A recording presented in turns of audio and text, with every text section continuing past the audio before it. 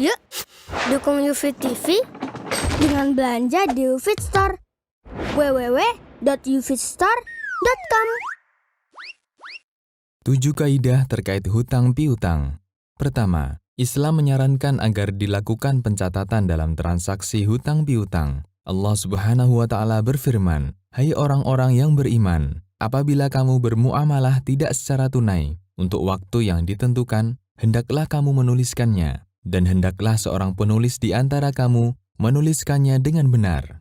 Kedua, Allah memerintahkan kepada orang yang memberikan hutang agar memberi penundaan waktu pembayaran. Ketika orang yang berhutang mengalami kesulitan dalam melunasi hutangnya, Allah Subhanahu wa Ta'ala berfirman, "Jika orang yang berhutang itu dalam kesulitan, maka berilah tangguh sampai dia berkelapangan, dan menyedekahkan sebagian atau semua hutang itu lebih baik bagimu, jika kamu mengetahui."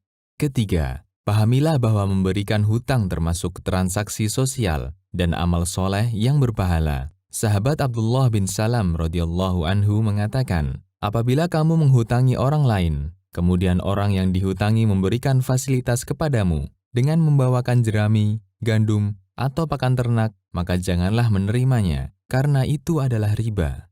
Keempat, terkait nilai penurunan mata uang. Dalam Mursyid Al-Hayran, kitab muamalah mazhab Hanafi, dinyatakan, apabila orang berhutang sesuatu berupa barang yang ditakar atau ditimbang, atau emas perak yang dicetak, kemudian harganya mengalami penurunan atau kenaikan, maka dia wajib mengembalikan hutangnya, sama seperti yang dia pinjam, tanpa memperhitungkan penurunan maupun kenaikan harga. Kelima, apabila uang yang dulu tidak berlaku, Ibnu Qudamah mengatakan, apabila hutang dalam bentuk uang kertas atau uang logam, kemudian pemerintah menariknya dan tidak lagi menggunakan jenis uang ini, maka orang yang menghutangi berhak mendapat uang yang senilai, dan dia tidak harus menerima uang kuno itu, baik uang yang dihutangkan itu masih ada di tangan maupun sudah rusak, karena tidak memungkinkan untuk memilikinya. Keenam, pembayaran hutang dalam bentuk yang lain. Dari Ibnu Umar radhiyallahu anhuma, bahwa beliau menjual onta di Baqi dengan dinar dan mengambil pembayarannya dengan dirham. Kemudian beliau mengatakan, "Aku mendatangi Nabi Shallallahu Alaihi Wasallam dan kusampaikan, aku menjual onta di Baqi dengan dinar secara kredit dan aku menerima pembayarannya dengan dirham." Beliau Shallallahu Alaihi Wasallam bersabda, "Tidak masalah kamu mengambil dengan harga hari pembayaran. Selama ketika kalian berpisah, tidak ada urusan jual beli yang belum selesai." Ketujuh, kelebihan dalam pelunasan hutang.